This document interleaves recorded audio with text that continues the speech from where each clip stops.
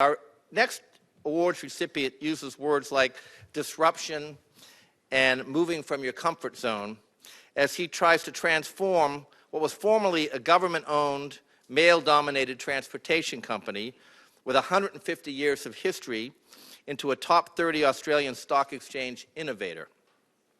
Our awardee is moving the gender equality dial in management and taking aim at the entire rail system and train crew in Australia as well.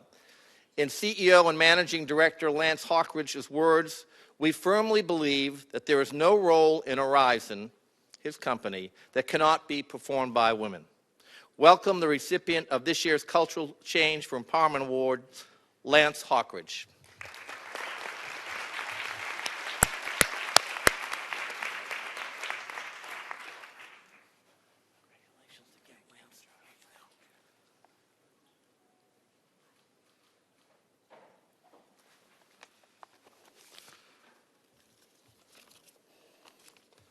Ladies and gentlemen, it's a great pleasure to be with you this afternoon.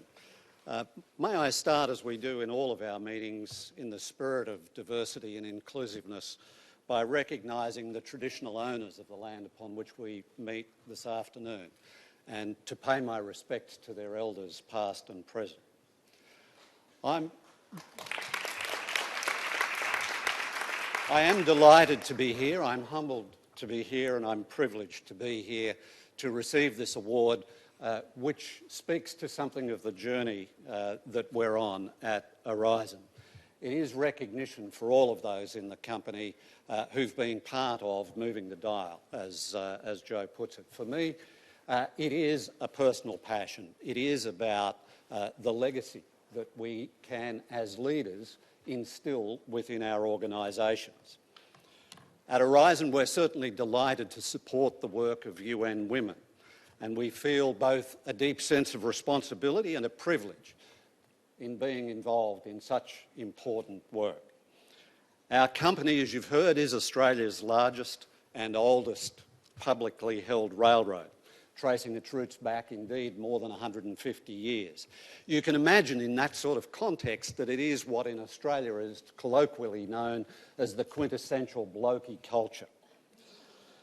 It is one of those organisations which, in terms of its numbers, in terms of its style, in terms of the power systems in the organisation, is all about a male environment.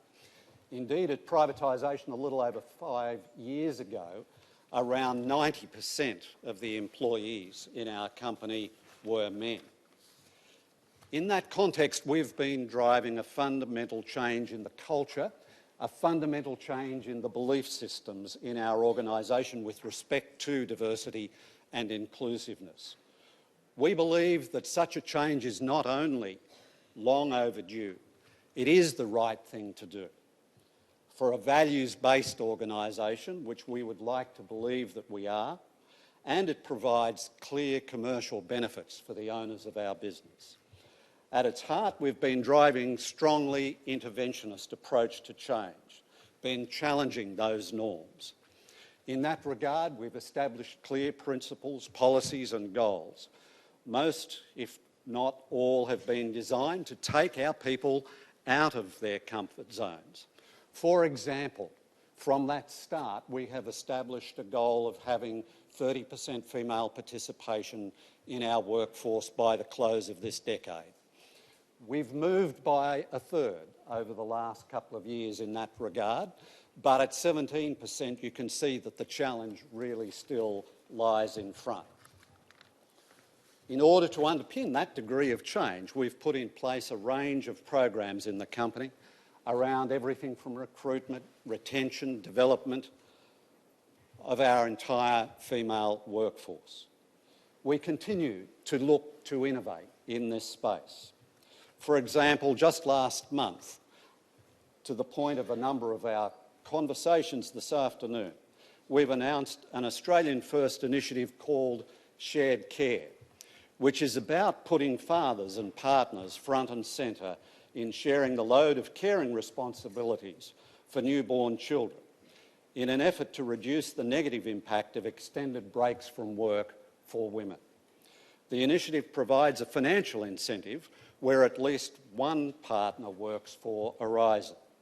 The initiative provides for half pay for a partner to take leave of absence to stay at home and care for their child in the first year, allowing the mother to return to work full-time. We would like nothing more than this program to be emulated by others, such that it creates real momentum in another area of really underpinning genuine diversity, genuine capability for our female employees.